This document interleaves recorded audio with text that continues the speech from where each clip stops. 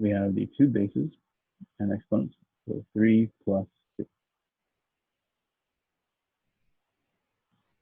What is 4 to the 5th?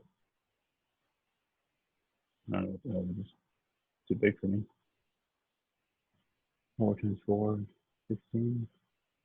Times 4, 64.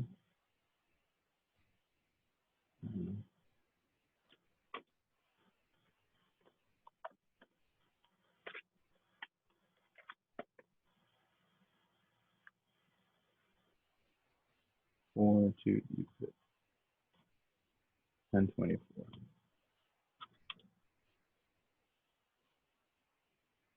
Okay.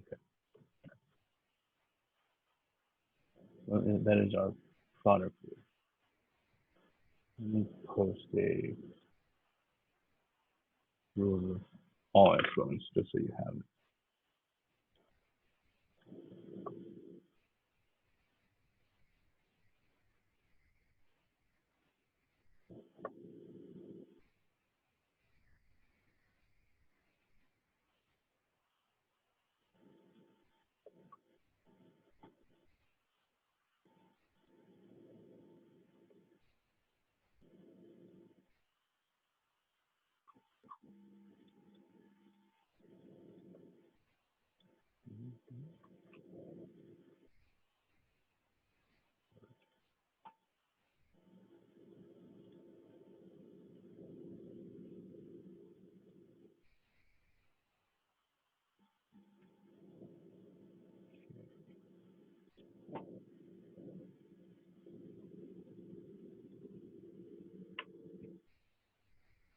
Rules of exponents.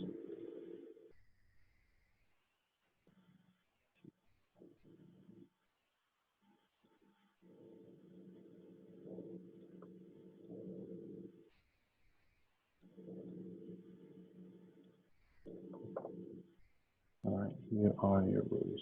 So it's in the chat box.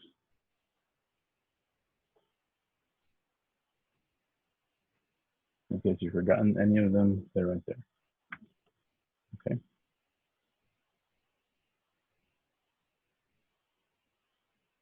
Right. Let's do another one. This time with a few pieces.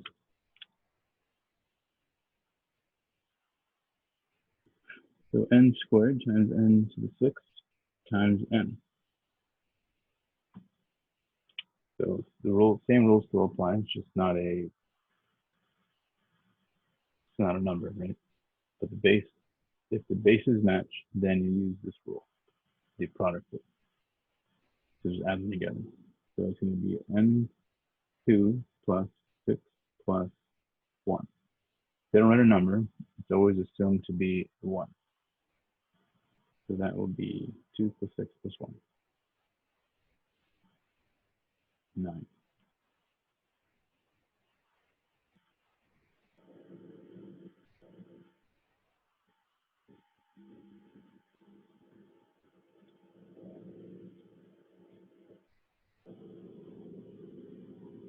You guys remember this, right?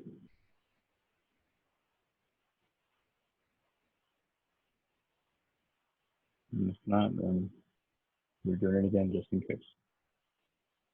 X to the, let's say 5th divided by x to the 4th. The quotient rule says if you divide two different things, but the same base, different powers, I mean, you just subtract the top one minus the bottom one. So top one minus the bottom one. 5 minus 4, which is 1. One single x.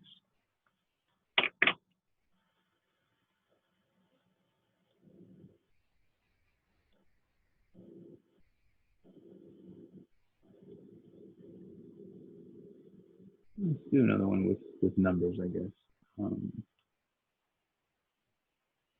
Let's say 3 cubed over 3 to the 4. This will force us to deal with negative powers, okay? So you follow the rule. Simply put the top power first minus the bottom power. 3 minus 4 will be -1. Looking at that PDF I showed you or sent you. Let's see where I put that thing. Here.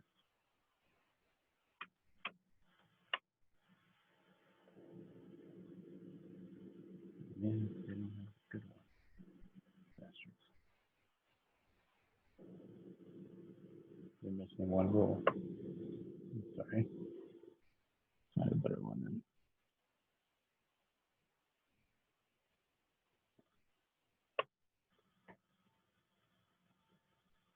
Yeah, here's the one.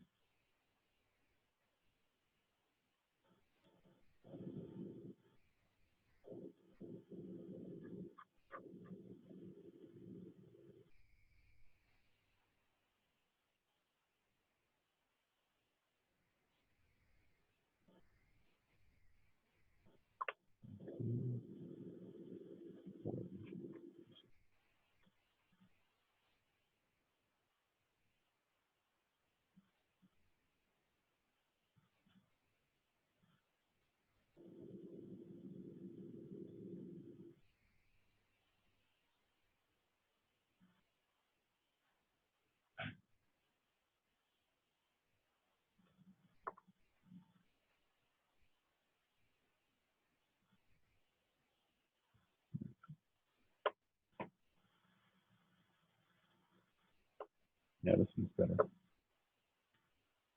I didn't catch it at first. Sorry about that.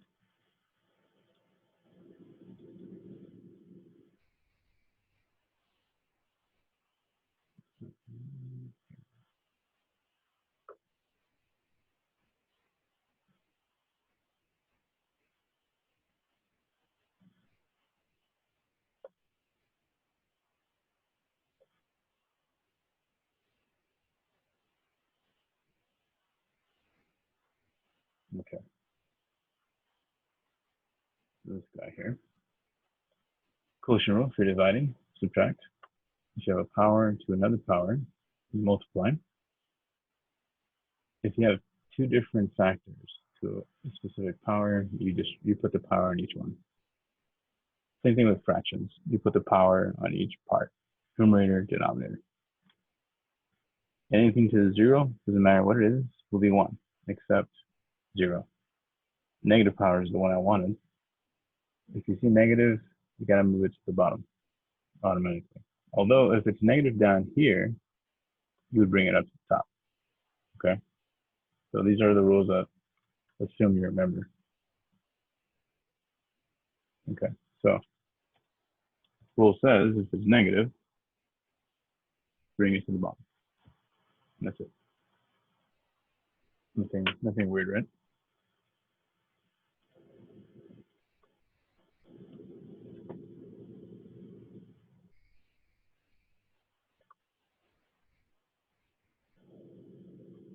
Now we're going to use the power of a product rule. And this is the fourth one. Okay.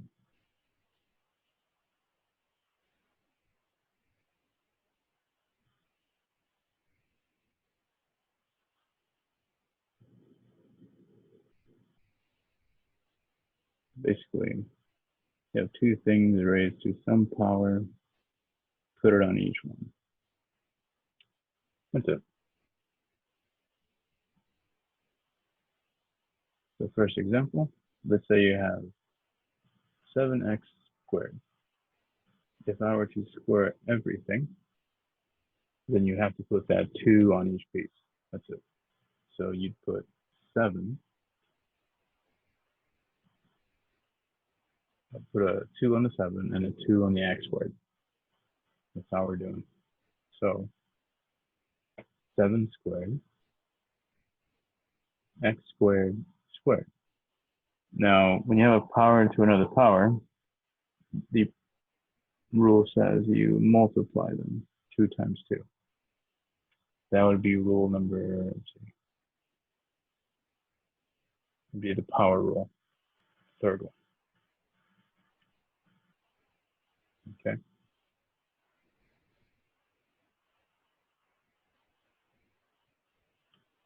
So if we do something more complicated, something like this, negative 2x to the fourth times 7x to the fifth. You need to multiply everything that's the same. So we can regroup them. You don't have to, but this might make more sense. Get the numbers together, get the x's together, and then deal with it, right? Negative 2 times 7,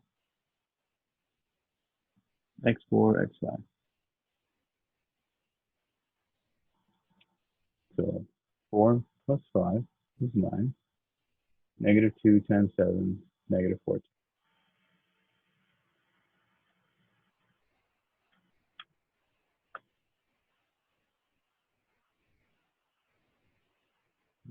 Okay.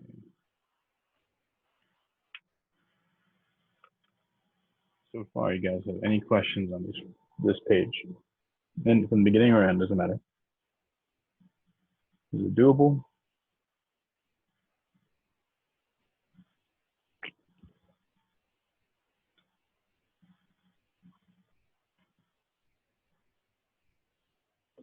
And if it feels like it's super basic, then that's good because it's supposed to be.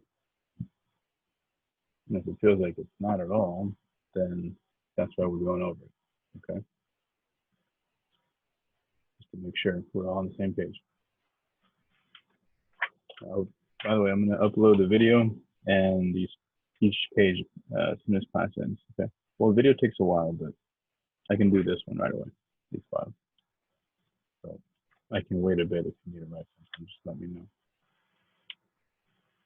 If you prefer to do that, I will wait.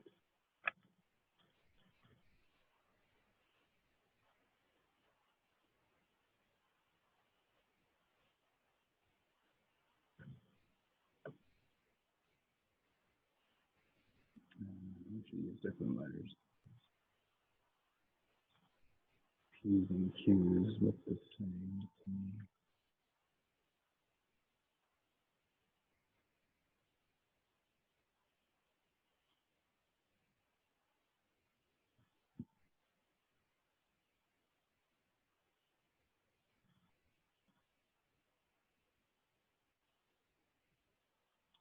All right.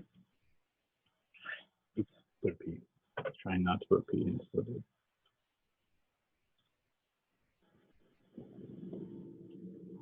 x cubed, y7, x squared, y squared.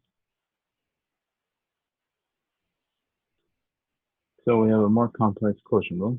And it says when you have a quotient, you subtract the powers. But you got to group the ones that are the same. So look at the x's. Not your x's, just these x's. x3 minus 2 for these guys. y7 minus 2. There we go. So that will give us 3 minus 2 is 1. 7 minus 2, 5. And that would be it. If you were to end up with the negative, you would have to move it to the bottom. Like let's pretend this was x5, right? You'd have 3 minus 5, which would be a negative 2. So you'd have to move the entire x squared to the bottom. But whenever you move it up or down, it changes to positive. So just keep that in mind. Like basically what I'm saying is this. If you have x negative 2, just move it to the bottom. If you have a negative down there, move it to the top. That's it. So if you end up with a result that's negative on the bottom or on the top, you need to adjust it. Okay?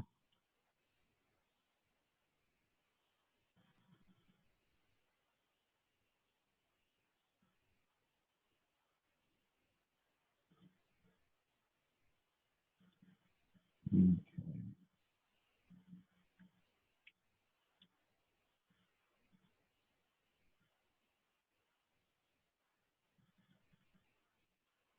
Let's go to another rule. This one is the fraction rule.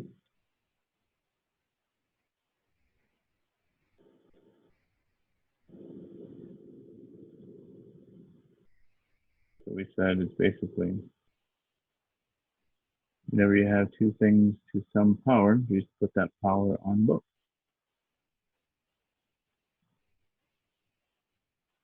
That's it. So for example,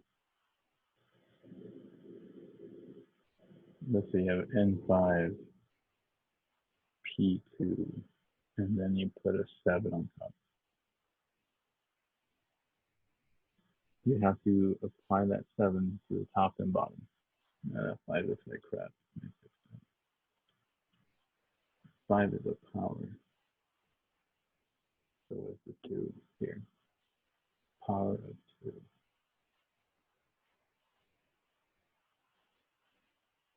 Okay. So we can show the steps and just say the top part receives a 7th power. Bottom part receives a 7 power. That's what the rule says, right? Once you have that, just multiply them using rule number, let's see what it is, rule 4.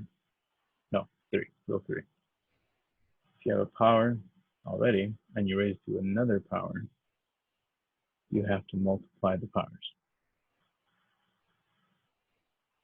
So 5 times 7, 2 times 7.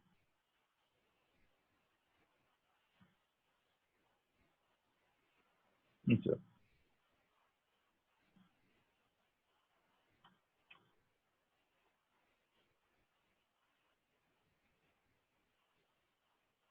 that first section will be just a lot of these exponent powers use the second sheet I gave you to help you out.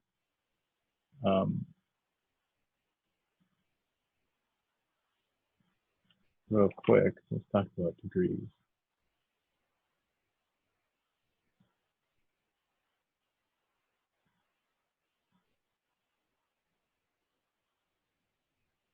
The degree of polynomial will always be the highest power of any term. So for example, let's say it said, what is the degree of this polynomial?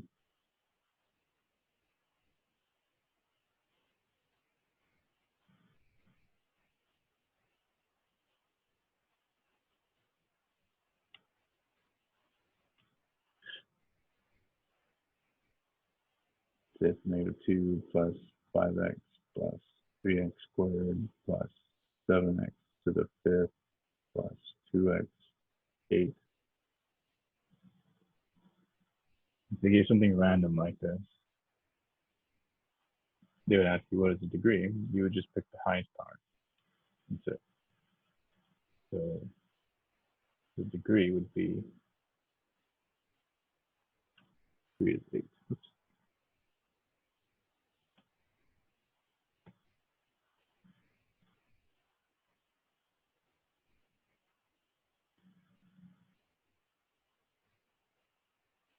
Okay. Pretty much it for that first polynomial section. If you guys have any questions on 1.2, that is the very first homework. Let's move on to 1.3 then. We'll start off with really basic factoring techniques. Let's start with GCF.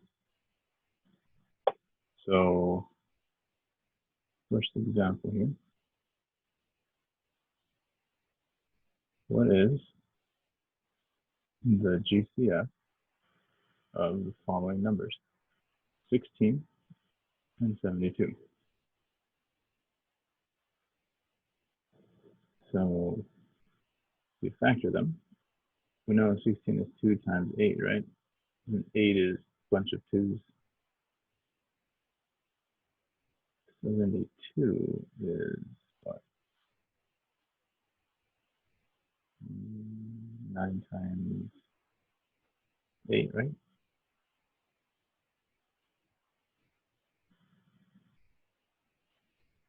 So factor that down. We know 8 is just 2 times 2 times 2, and 9 is 3 times 3. So there we go. So GCS is just what they have in common. They only have this many 2's in common. So actually, I lied. 3. Shoot, missed one.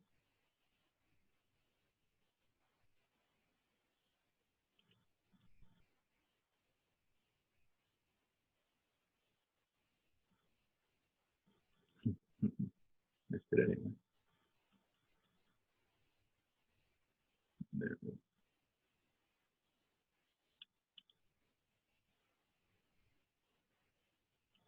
So the GCS would be 8.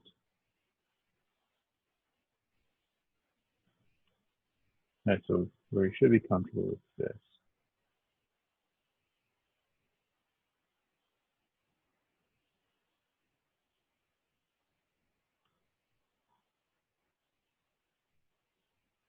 Now let's say it's not numbers.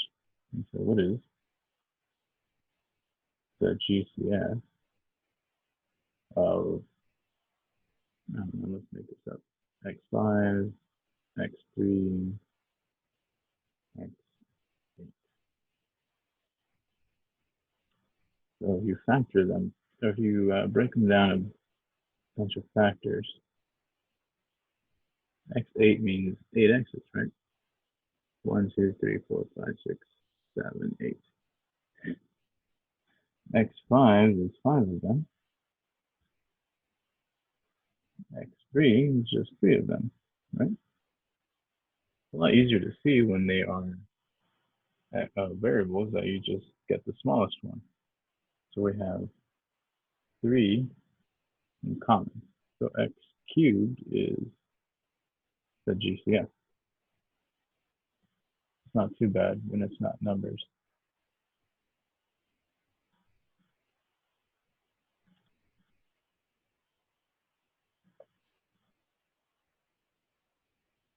So then after a few problems, we'll start asking stuff like this from your homework.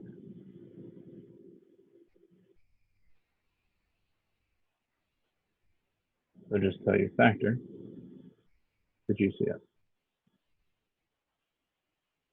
of 36x minus 12.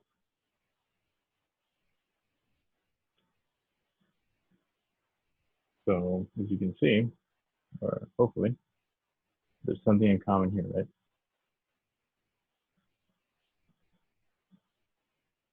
So whenever you factor, you have to divide it out. So 12 will be the GCF because that divides into 36 and 12. So we never show this step because it's weird, but this is really what's happening. When you factor, it's as if you're dividing. So 36 divided by 12 is just going to be 3. 12 divided by 12 is 1. I don't recommend writing this every single time. If you're comfortable with factoring, if you pull out a 12 and you get to there, that's great. Not a big deal.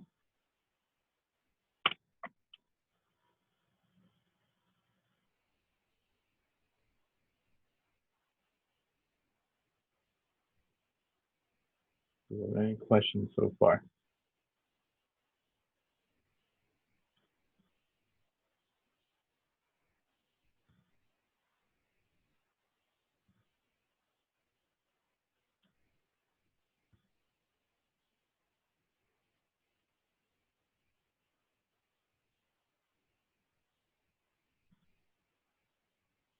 Let's factor the GCF of 15x to the fifth plus 5x.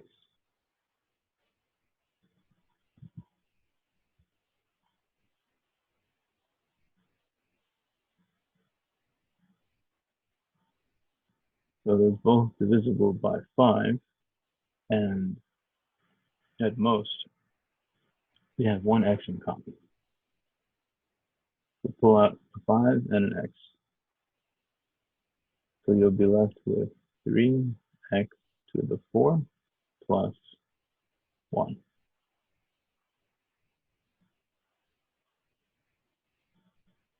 Is that clear? Or turn off.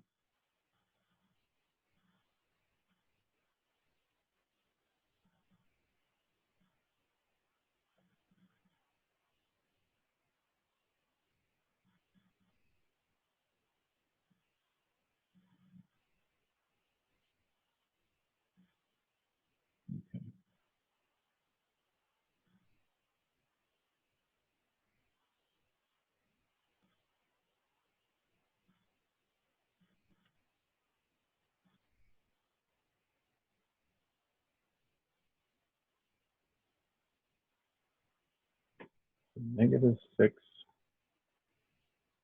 Let's just write the instructions first. Factor the GCF of -6 x to the 7 y to the 8 minus 3x to the 6 y to the 9.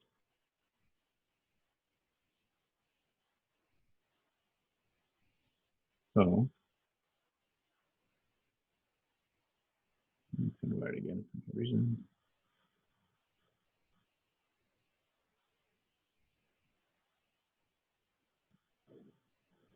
So they both have a 3 in common.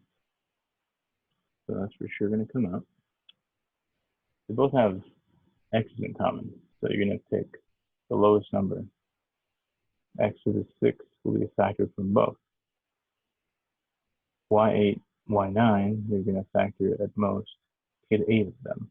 So we have X6, Y8 coming out. Okay. So when you factor that, you're going to divide both by 3. So the number is reduced by 3. X, remove 6, you'll have only 1 left. But first, let's write the number. So if I factor 3 out of 6, I get a -2. So factor 6 x's, I get 1. So factor 8 y's, well, that's all of them, so it's gone. Factor 3, well, that's gone too. Factor x6, that's also gone. Factor 8 y's, you have 1 y left over. Remember, it's as if you're dividing them up whenever you factor.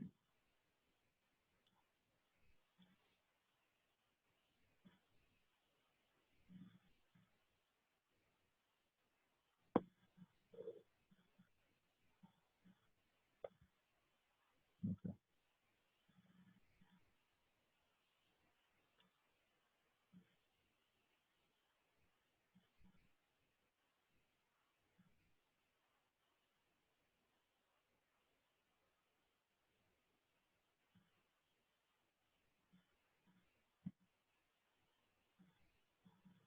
Are you guys comfortable with the GCF so far?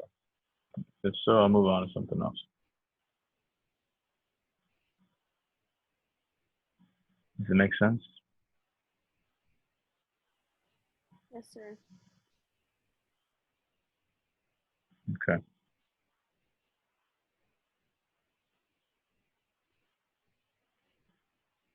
We'll do one last one and moving on to something else then.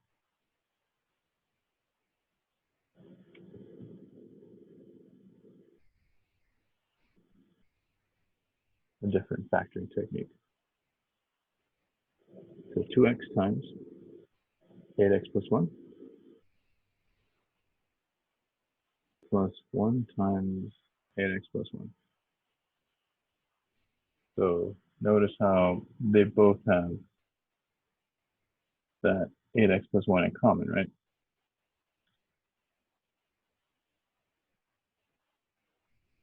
So just factor this piece out. So pretend as this is just some term like a W or something. I'm going to pull this out from both of these factors. Quick side note. Like, let's pretend this was 2xw plus w, right? You would factor the w out and you'd be left with 2x plus 1. Same thing here. I'm factoring out 8x plus 1, so I'm left with the 2x and the 1. You see what I mean? It's just some term. Even though it looks weird, who cares? Still just its GCF.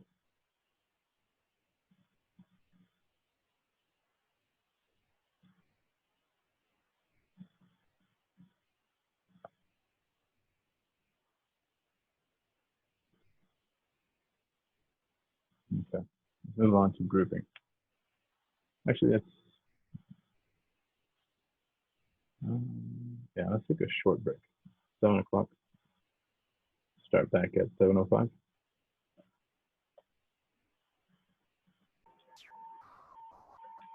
Okay.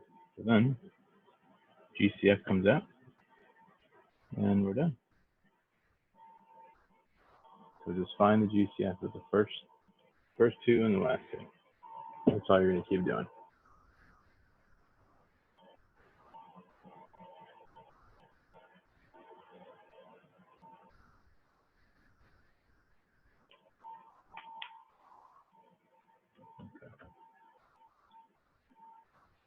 You guys comfortable with grouping? We'll move on to something else, unless you feel shaky on it or you think it's weird.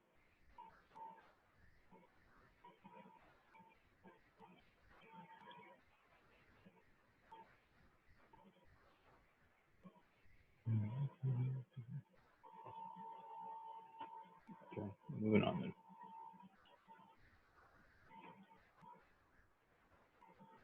Factor trinomial using trial and error. Okay.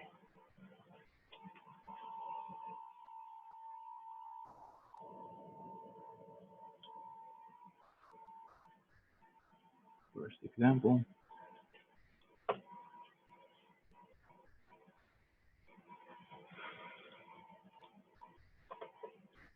Let's do this way. X squared plus 8x plus 12. So trial and error is always great when the number in front of the x squared is either a 1 or you see no numbers, but it's implied to be a 1 there, right? So if there's no number there, great. Use this technique. And then you start this way. You put the x to the beginning, x to the beginning. So we know x times x gives us x squared. So we're undoing the multiplication, the FOIL, right? So the question becomes, what factors of 12 add up to 8? That's how we finish this. So factors of 12. Factors be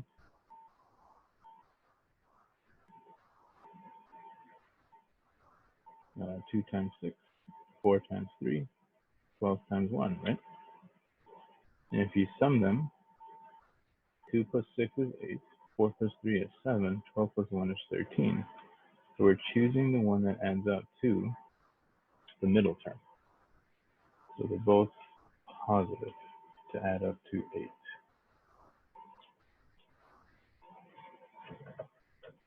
That's trial and error. See how it's a lot easier when there's no number there on the x squared.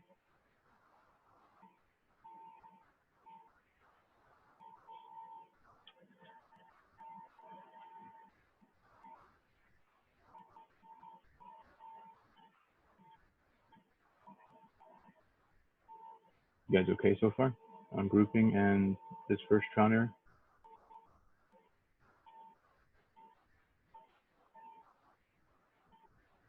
Okay.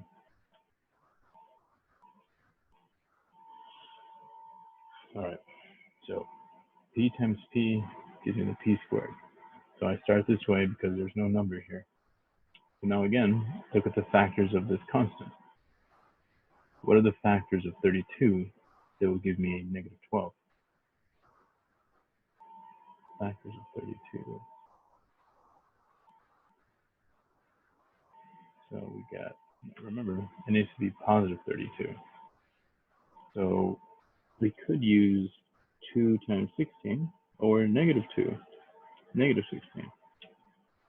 We could do 4, 8 or negative 4, negative 8.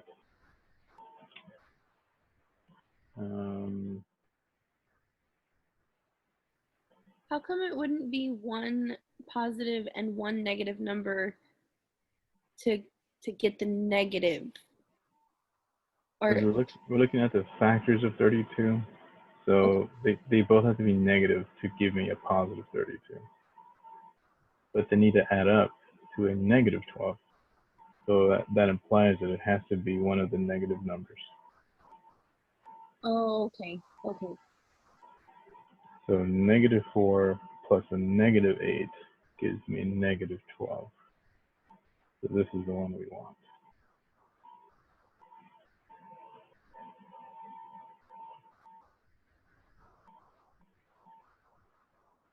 So the signs are important. They guide you on which one to pick. If they're all plus, then don't even worry about signs. But if one of them is negative, you need to think twice. Okay.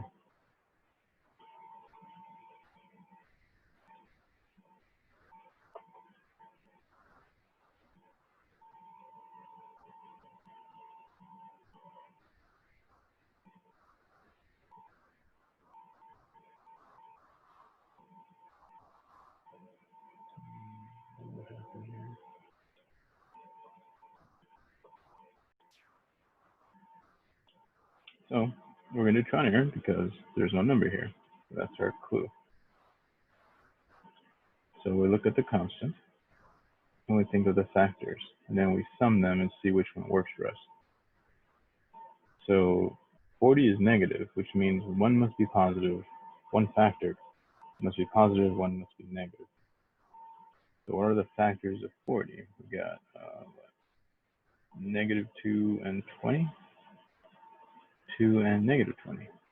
We got negative 4, 10, and 4 and negative 10.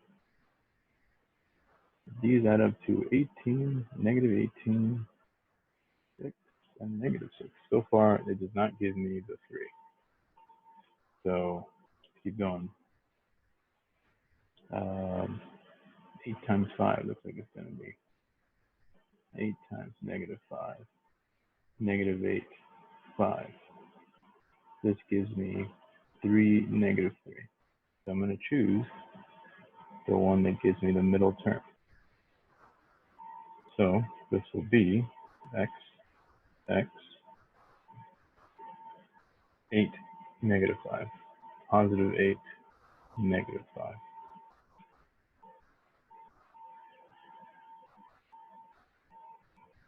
So it's very much the trial and error method.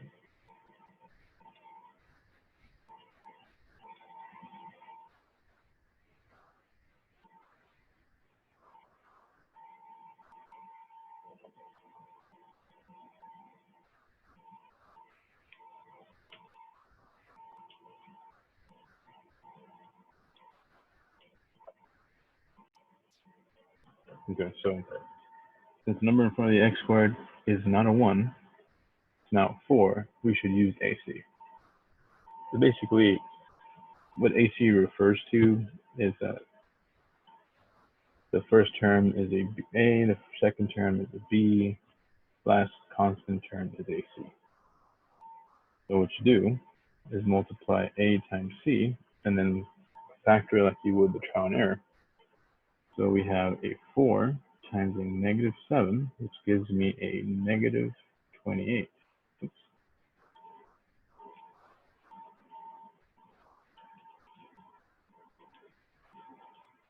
So then you factor this guy. So the first step seems similar. So the factors of negative 28, that will add up to a 27. So it looks like it's going to be 1 and 28. Okay, so negative 1, actually, 28. 1 and negative 28. So this adds up to 27. This adds up to negative 27. So I'm going to use this guy.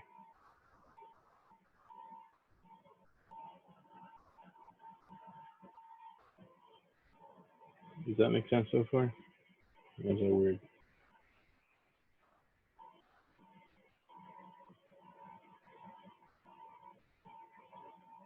So the new part for AC method is basically you look at the middle term and you break it up into these two factors here. And you force a grouping question. So you end up with minus 28x minus or plus 1x minus 7. So this guy became those two pieces. So once you've done this first step, so the AC method, all it really is this first setup, and then factor by grouping. That's it. But because we set it up this way, you've guaranteed grouping to work. So we don't have to worry about, is it going to come out right? It will come out right. And if it doesn't, then check your work again. So GCF of these first two will be a 4 and an x. This guy is only a 1. So factor 4x, and you're left with x minus 7. Factor nothing, just a 1, x minus 7. So then pull that in front.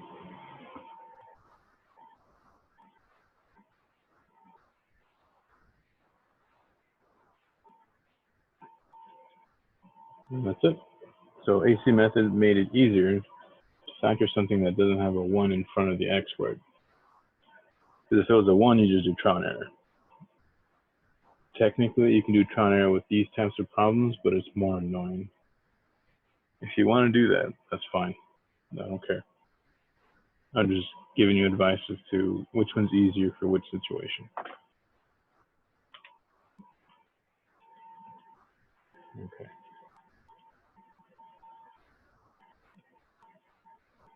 Guys have any questions on that?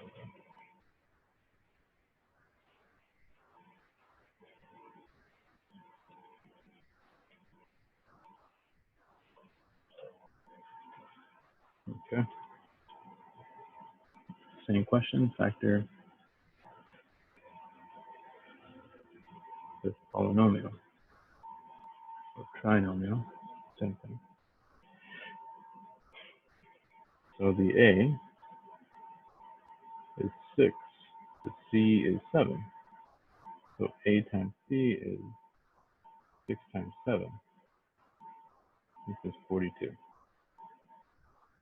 So look at the factors of 42 and see which ones add up to negative 13. So since the middle is negative and 42 is positive, then both factors must be negative. That's the only way they're going to give you a positive and add up to negative. So we got negative 6, negative 7. We got what? Negative 2, negative 21. I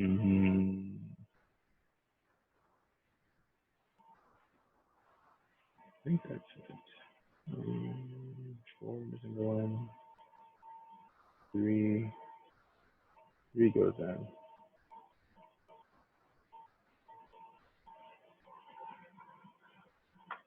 Let's see. Yeah, 14 times. So we can kind of already see the answer, right? So which of these adds up to negative 13? It's going to be the first one.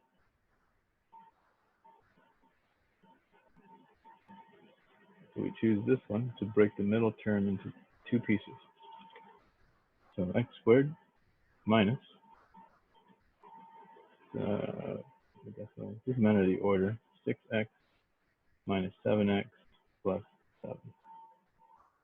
So the middle term was broken down into these two pieces, which allows us to do grouping. So factor 6x from these two, and it leaves me with x minus 1. Factor a negative 7 because the signs are not the same order, right? Plus, minus, minus, plus. So I got to switch them. That will leave me with a positive x minus 1. If you don't do that, then you're going to see that these don't match up. So you'll have to do another step. And that's okay. And here we go.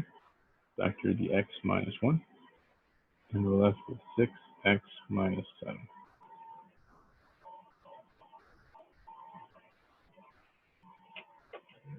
The AC method making sense?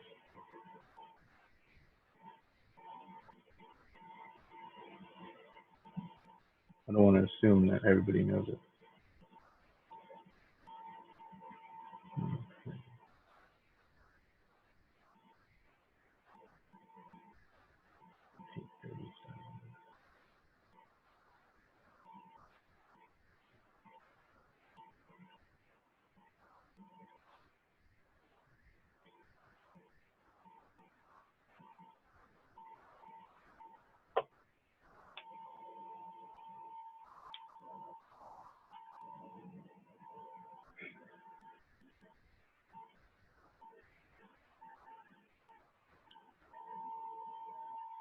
Okay.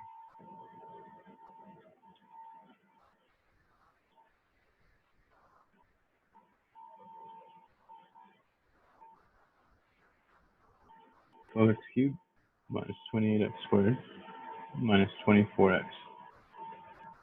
So remember, first thing you look for, you should always be checking for the GCF. They all have an x in common, for sure. And they also have, looks like 4. Yeah, 4. 8's too big. 6. No, 6 doesn't work. And I think 4 is the best. So we can factor 4x before we start.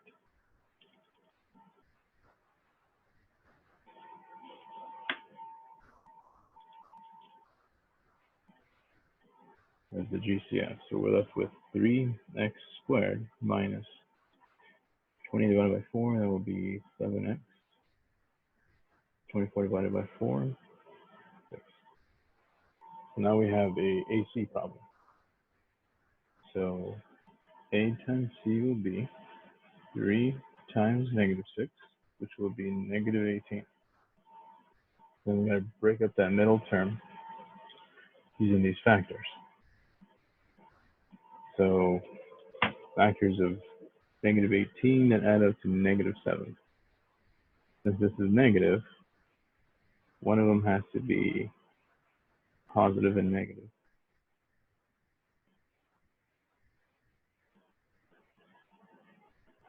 So 2, 9, 3, 6. Oops.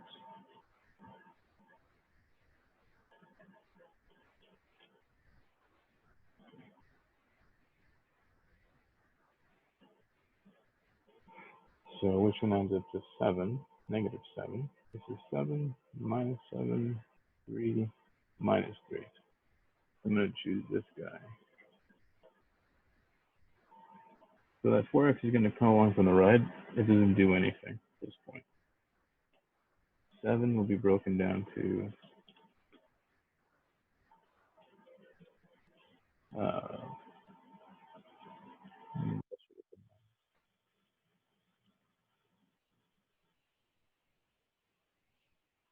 minus minus plus 2x minus 6. I chose this order just because I wanted plus minus plus minus, but also you notice how these both have a factor of 3 in common. These have a 2. So I think this will be an easier approach.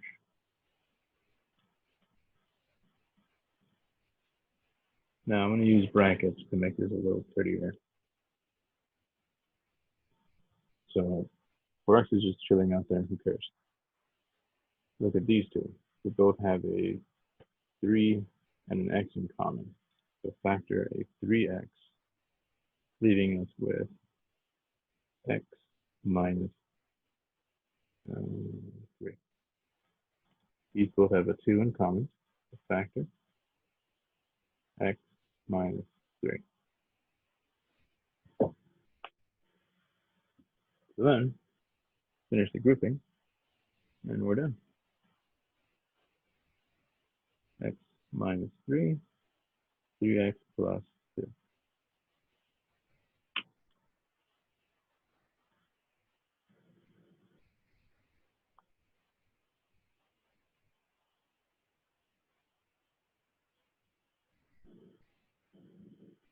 Any questions about these last few examples?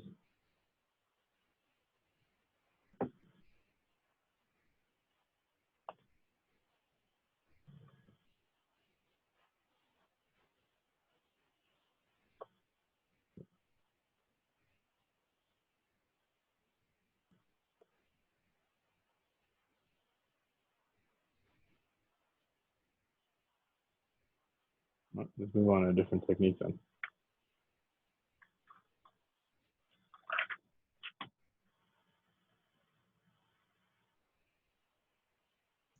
Can we go back to the last page real quick? I was writing down the problem again. Yeah, no problem. No rush.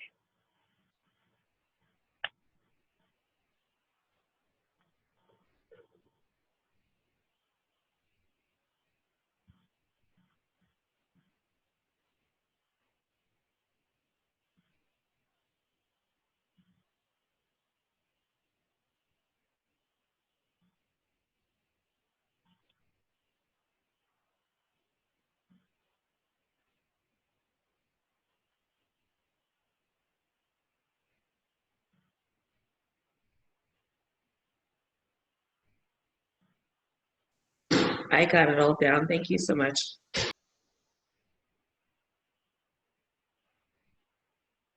Okay.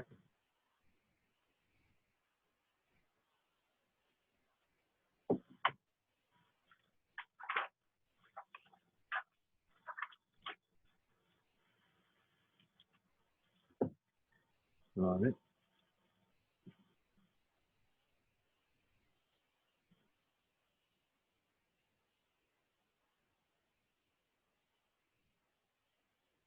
Factor difference of squares.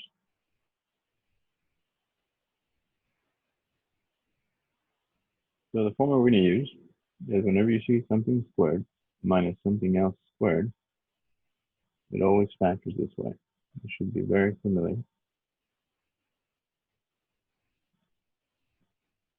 So if you have an x squared minus 25, you would rewrite them as 2 squares and then apply a formula.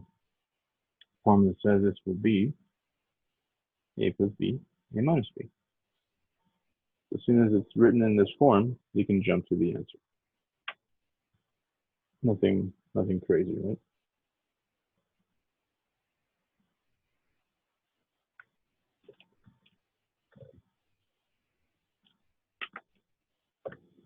You have to rewrite it first. Like it doesn't always look like it until you start factoring or rewriting the squared part. For example, this guy doesn't look like it is a difference of squares, but it is. So what you have to do is rewrite the first term as a 13x squared. 13 times 13 is 169. X times x is x squared. The 1 will never change, but you can put any power on a 1, and it's still going to be 1, right? So we can rewrite it and then apply the formula. So this will be 13x plus 1, 13x minus 1.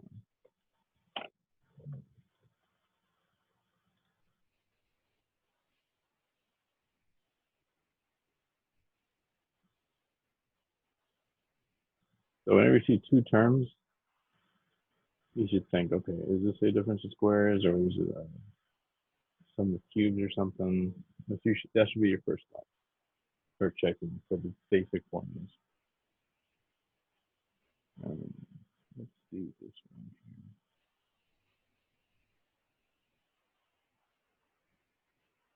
here. So M4 minus 16. So we can rewrite the first guy as a square squared. Then you can rewrite the second one as a 4 squared, right? So then this will be a plus b, a minus b. But when you do that, you sometimes end up with another difference of squares. You have to do it one more time. So rewrite it as m squared minus 2 squared.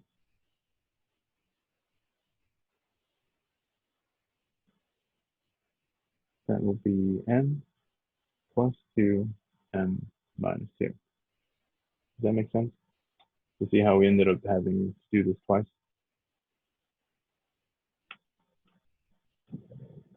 If you see a sum of squares, you can't do anything. That will always be prime.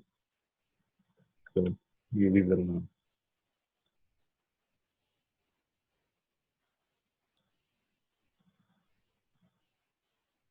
How do I put this? Rational expressions are just basically algebraic fractions. So all the rules of fractions need to be understood. Otherwise, this section becomes really hard. So let's review real quick fractions, right?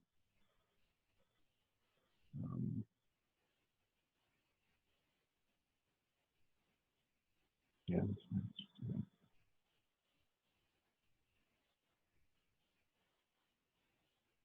Right, so when we added basic fractions, remember we had to factor the denominators and then find out what's missing.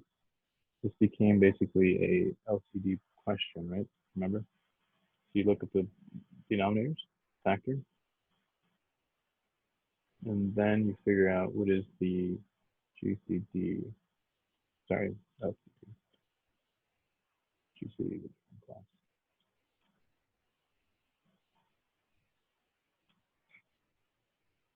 So the easiest way to think about it is just to go through this and say, okay, well, how many times did 3 appear in any given location? 3 appeared once, 3 appeared once. There's only going to be 1 3 in my LCD. 2 appeared once here, but not there. So I only get 1 2. So the LCD will be 6. So then you just look at this and say, okay, well, I need 6s down here because that's the lowest common denominator. How do I turn this to a 6? So what you do is multiply by 2 over 2, right? And this guy's good.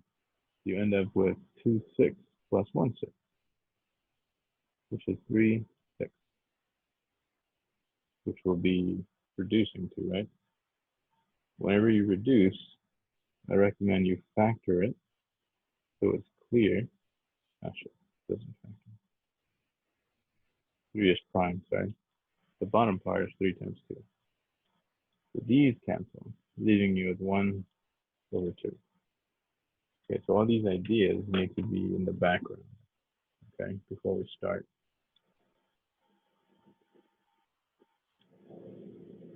Are you all comfortable with fractions? Maybe.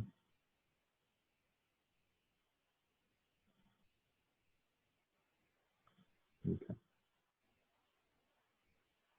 Well, let's talk about reducing them first. These will be the first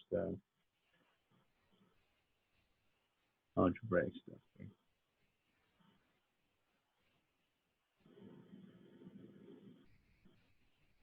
12x squared plus 84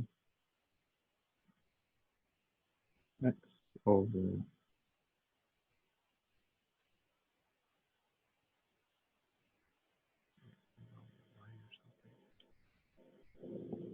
dark in here. Okay.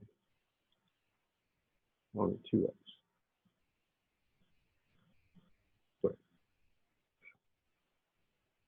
the question is going to say basically reduce it to lowest terms or simplify. What you can do is just factor the top and factor the bottom and see what it cancels. When everything is factored, you can just cancel like terms. So on the top, we have 12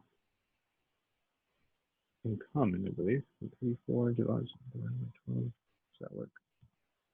Yeah. So 12 and x are factors, leaving me with x plus 7. On the bottom, we have just 2x, right, squared.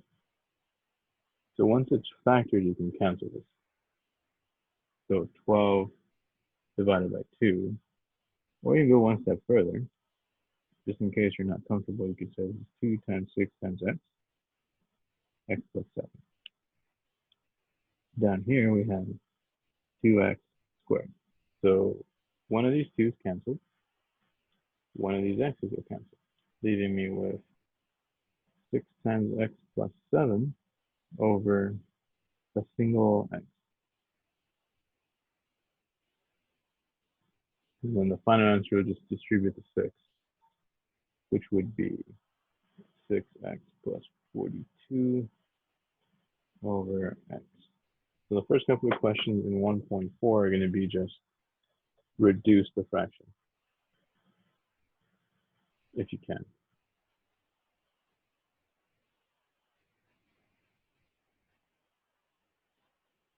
Okay.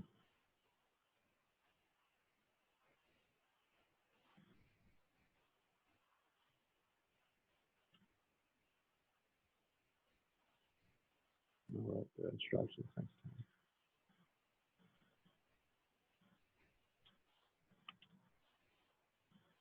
Still 1.4.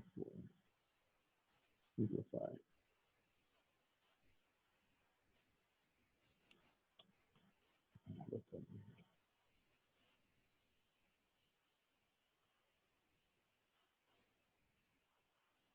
You guys cool on the last page or no?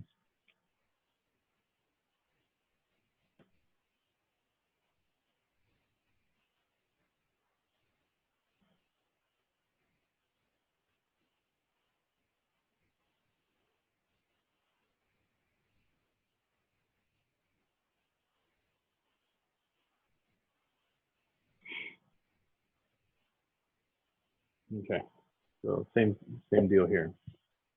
Simplify this.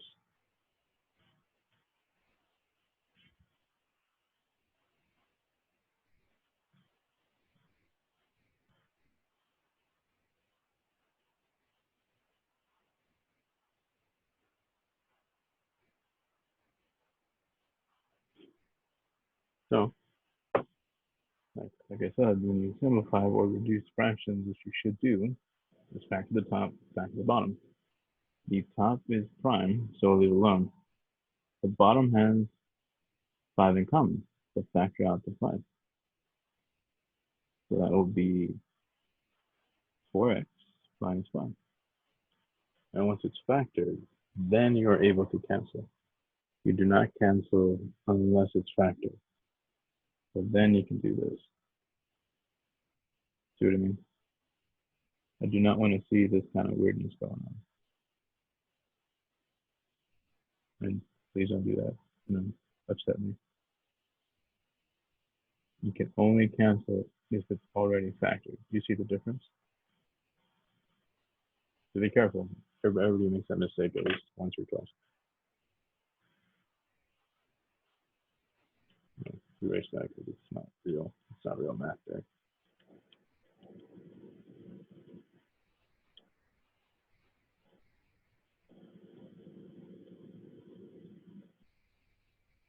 So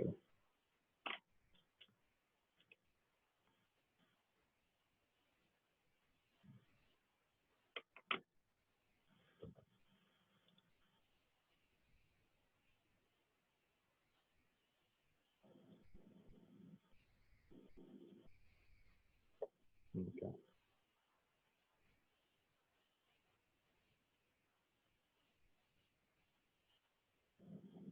So all of these will be simplify the expression.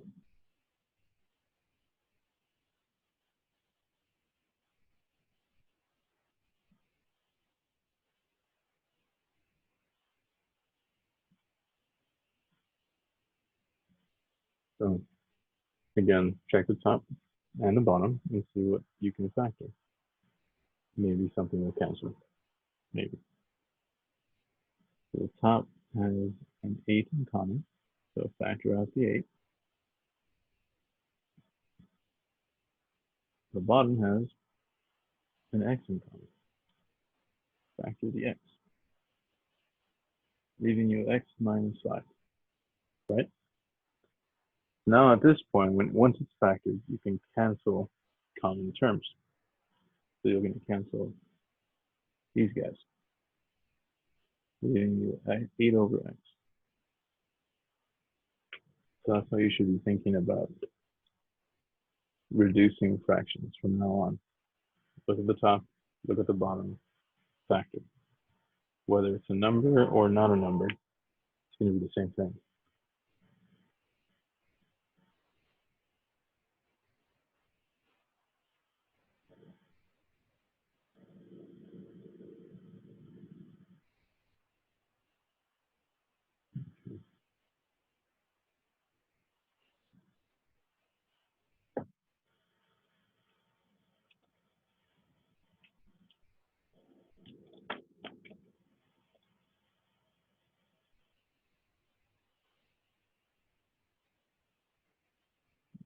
This guy, interesting.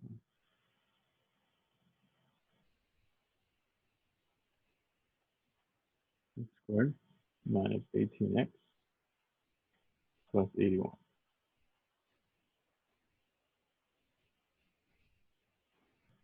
X squared minus 81.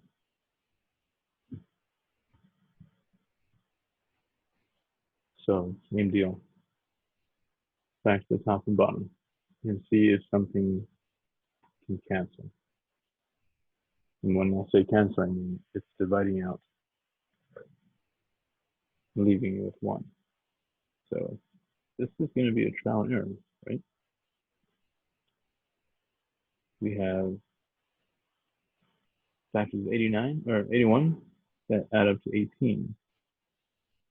The only ones that I see should be these right here. 99 is 81.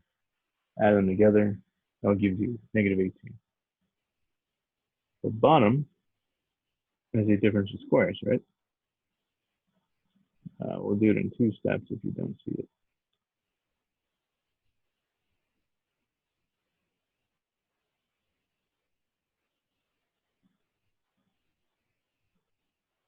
This would be x plus 9, x minus 9, leaving you with x minus 9 over x plus 9.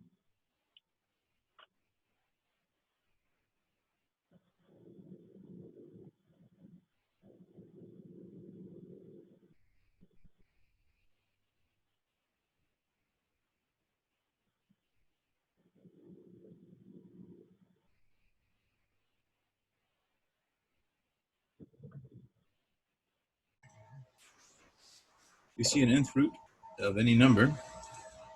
That's the same as rewriting it as a fractional power, 1 over n. So I'll use that first property there.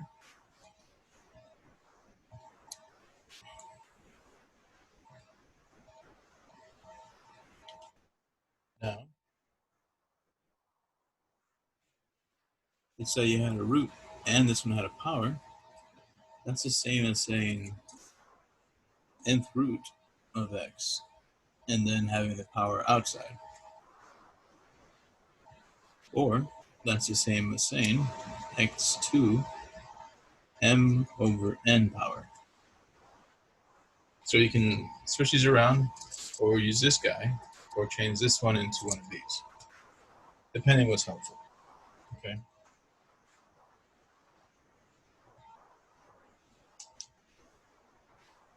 So For example, let's say you had 9 to the 1/2, you would say that's same as square root 9, which is a 3, right? Because 1/2 is a square root, or root 2. Now, if we were to say it was 8 to the 1/3, that would be cube root of 8 equal to 2.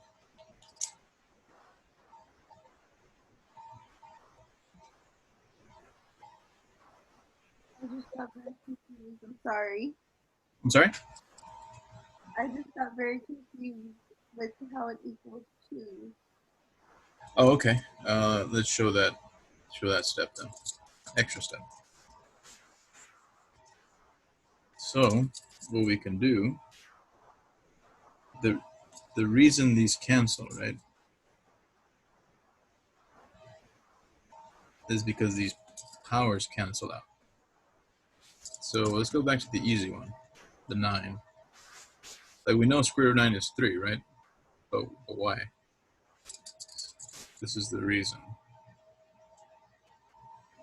Because 9 is a 3 squared, which cancels out with the root 2. We never write the root 2. It's understood to be there. So these cancel out, leaving you with a 3. The square root of 9 is 3 because of that reason.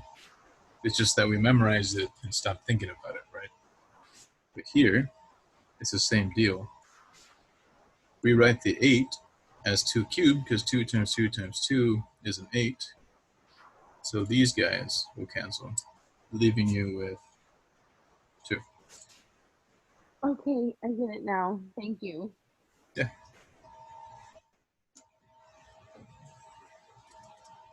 Okay. Now let's do something a little harder. Let's say 36 to the 3/2. So on this guy, we need to apply the root, apply the power separately.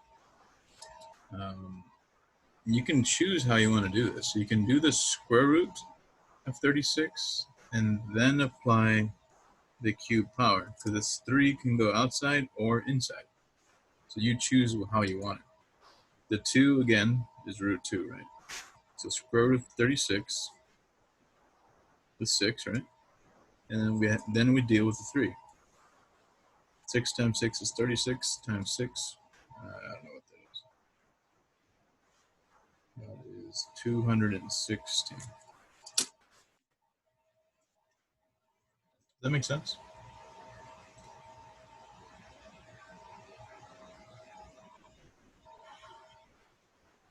Yeah. Okay.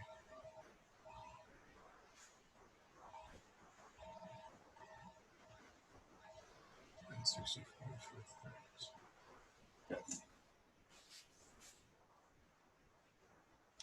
Okay, let's do another one. 64 to the 4/3. That will be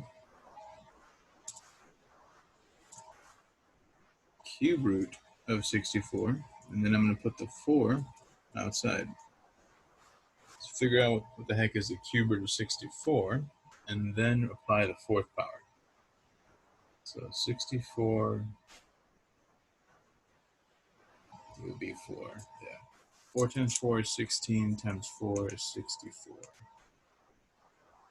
I'm going to rewrite this as 4 cubed because that is 64. So these guys will cancel, leaving me with 4 to the 4th.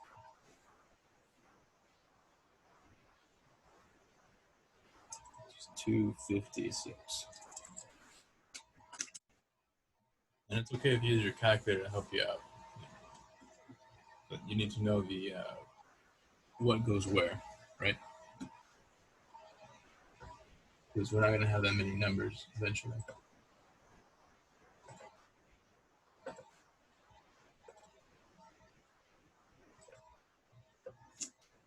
Okay.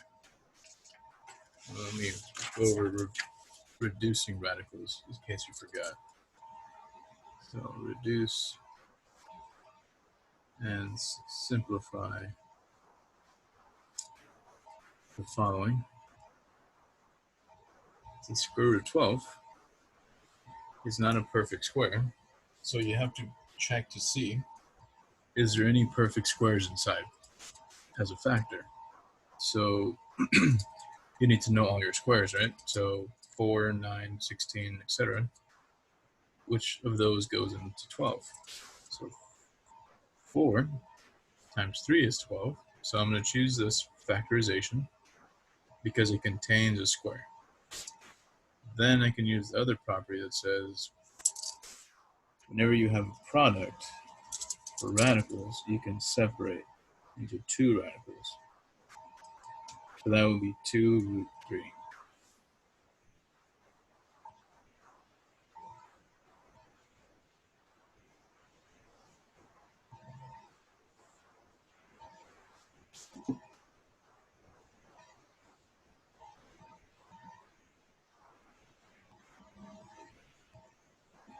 Does that make sense?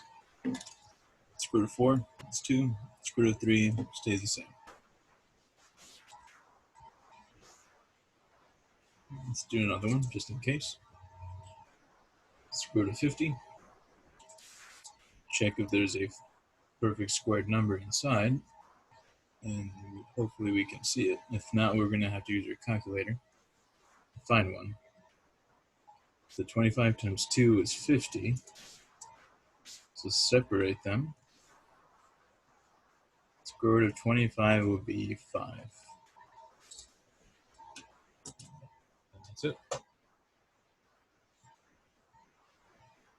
you're constantly looking for a perfect square.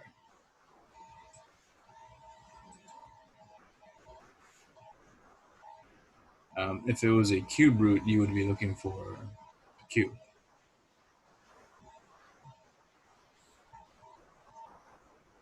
All right. I'm not going to spend too much time on 1.5 because we've talked about it already, a lot of it. But I need to send you a few files.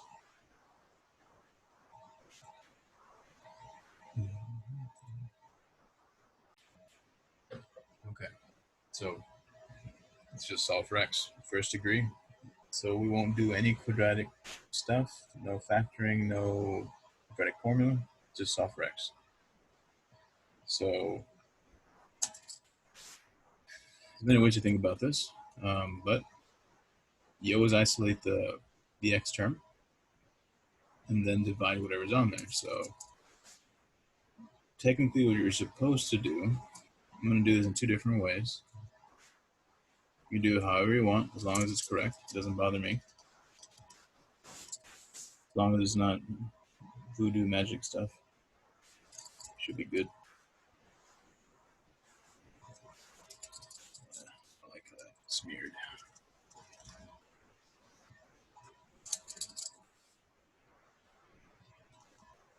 Okay. So technically what you're supposed to do is subtract 10 on both sides, which means I'm going to lose the 10 here and lose the 10 there, right? That's what we're supposed to do. After we've done it a bunch of times, we tend to skip some of these steps, which is fine. These disappear and you're left with 5x equal to 20, right?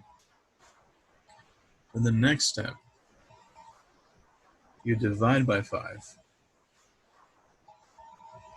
canceling the number on your x.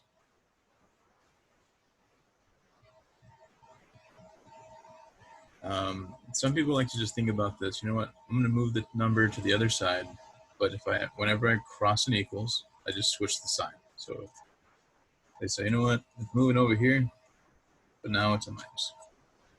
It used to be a plus, so I shifted it over there. So this is technically what happened, but it's really the same thing. Then right here, you're left with 20, and you do the same thing. Divide by 5 both sides, leaving you with 4.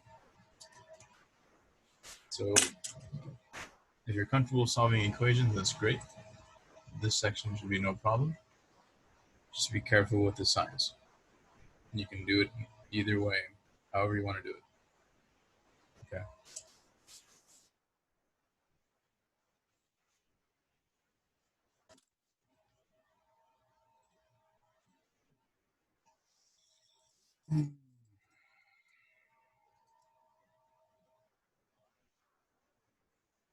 Okay. Okay. So same deal here. Isolate the term that has a y on it. So I'm going to subtract the 11. In other words, I'm going to move it over here and make it minus. At that point, you get negative 4 minus 11, which is a negative 15.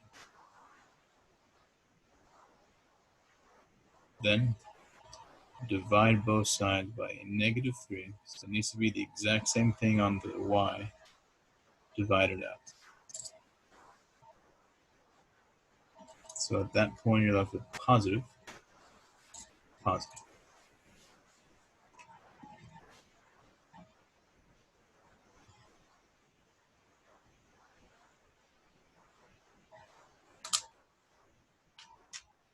Okay. You guys okay so far, right? Or no?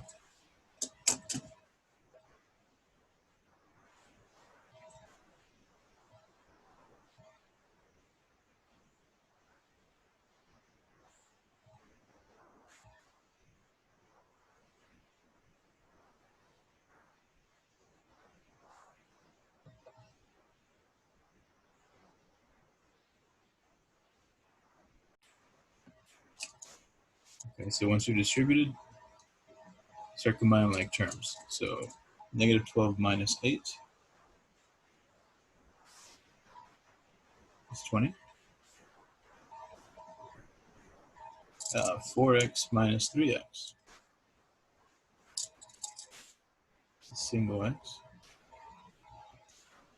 Now get all the x's on one side, all the numbers on the other side. So I'm going to move this x over here, move that 20 over there. So I get 6x minus x equal to 1 plus 20. So I shifted this guy over there, shifted this guy over here.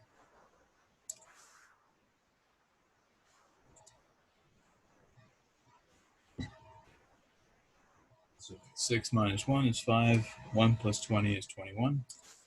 So now we divide by 5. X is equal to 21 over 5.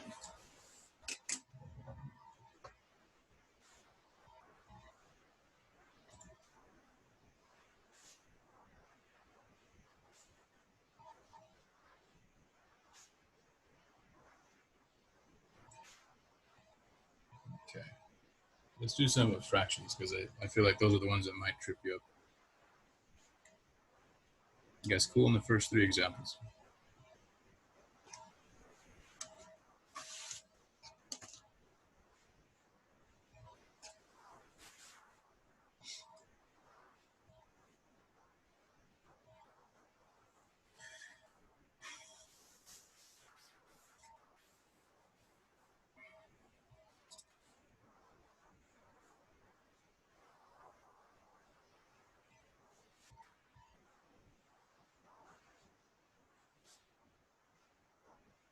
Okay. Whenever you have an equation and you see fractions everywhere, you can multiply both sides by the LCD, and then you'll get rid of all your fractions. So that's what I always recommend. Is just cancel out all fractions before you start. Because if you don't, then you have to deal with it, and it sucks. So to find the LCD, remember we have to write the numbers, the denominators, factor them if you can, then write down how many times each factor appeared in any given spot, at most in any given spot. So here it appeared twice, here it's twice, so that we have only 2 2's. And you go to the next number, which is only 5. 0 5s, 1 5, no 5s. So at most, I saw 1 5 in one spot. So the LCD will be 4 times 5, which is 20. Okay. I know most people prefer to just see the numbers and think about, okay, what is the smallest number they all divide into? That's going to be 20, which is the same thing that we did here. The only reason I do it this way is because when they're not numbers, this is the best way. And eventually we're not going to have numbers, right? So try to understand what I'm saying here. So multiply every single term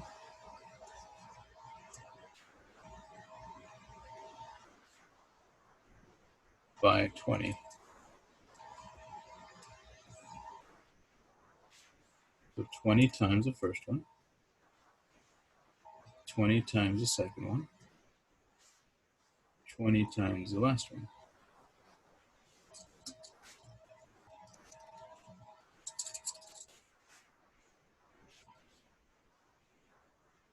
Okay. So you can cancel that out here if you see it, or you can do it in another step. So 20x over 4 minus 20x over 5 equals 20 times 7 over 4. So 20 divided by 4 is going to be 5. 20 divided by 5 is going to be 4. X. 20 divided by 4 again is 5. So I'm going to put a little arrow here. It's a really crappy looking arrow, but whatever. 5 minus 4 will be 1. 5 times 7 is 35. You see how it's a lot easier once the fractions are gone. So these two steps is just getting rid of them, and then we just solve for x like we usually do. Nothing weird.